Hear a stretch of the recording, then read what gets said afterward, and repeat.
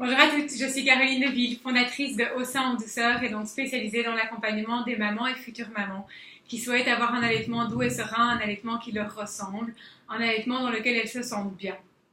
Alors aujourd'hui, j'avais envie de vous parler de l'importance de bien vous faire entourer par les professionnels de la santé. Et quand je veux dire par les professionnels de la santé, c'est vraiment vous faire entourer d'un bon gynécologue, d'un bon pédiatre,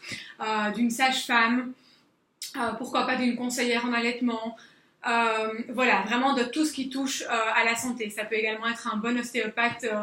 qui a l'habitude des bébés, un bon chiropracteur, voilà, donc c'est vraiment professionnel de la santé au sens très très large. Alors, pourquoi est-ce que c'est important de se faire entourer par les professionnels de la santé pour l'allaitement? C'est certain que, par exemple, accoucher dans une maternité amie des bébés, donc c'est-à-dire qu'une maternité qui prend soin de l'allaitement et qui s'est engagée à prendre soin de l'allaitement des mamans, est évidemment un plus que d'accoucher dans une maternité classique dans laquelle on peut retrouver, par exemple, des échantillons de lait en poudre ou dans laquelle on peut retrouver des biberons. C'est certain également que avoir un pédiatre qui a l'habitude avec l'allaitement, un pédiatre qui, quand bébé par exemple ne prendra pas suffisamment de poids, va plutôt vous référer à une conseillère en allaitement, va plutôt vous référer voilà, à un professionnel dans l'allaitement, c'est certain que ce pédiatre-là va vraiment vous encourager dans votre démarche d'allaitement. Contrairement à quelqu'un d'autre qui pourrait vous dire, écoutez madame, quand le bébé ne prend pas bien de poids, eh bien je vous propose, enfin non, c'est même pas je vous propose, voilà, vous allez lui donner des compléments de biberon de lait en poudre en plus de votre allaitement. Donc ça, c'est vraiment deux discours tout à fait différents qui évidemment vont avoir une grande influence sur le fait que vous allez continuer ou pas à allaiter dans votre parcours de l'allaitement.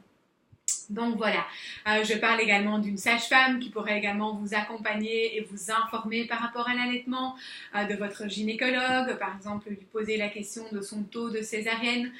parce qu'en fait voilà, les études scientifiques prouvent par exemple que une maman qui a une césarienne a moins de chances de réussite par rapport à l'allaitement. Alors moins de chances de réussite parce qu'en fait pas assez soutenu, mais bon, ceci étant dit, ça n'empêche pas du tout les mamans qui ont une césarienne d'allaiter, mais c'est simplement qu'au niveau soutien, il y a moins, voilà, les médecins font moins autour de ça. Donc voilà, etc. Avoir un bon ostéopathe qui a l'habitude de manipuler les bébés, qui peut vraiment vous aider, peut vraiment aider dans la manipulation de la bouche de bébé et éventuellement au niveau de tension cervicale du bébé, peut vraiment permettre d'améliorer la succion de votre bébé au sein. Donc voilà, en fait, tous ces professionnels de la santé en fait ont vraiment un rôle majeur d'encouragement par rapport à votre allaitement, et donc je vous invite vraiment à bien vous renseigner et à bien vous faire entourer. Voilà, si vous avez des questions par rapport à l'allaitement ou bien si vous voulez me rencontrer, eh bien n'hésitez pas à vous inscrire via le formulaire sur mon site internet pour avoir une rencontre gratuite et nous pourrons discuter un petit peu de vos projets d'allaitement et de voir un petit peu quelles sont vos attentes par rapport à l'aide dont vous avez besoin. À très bientôt!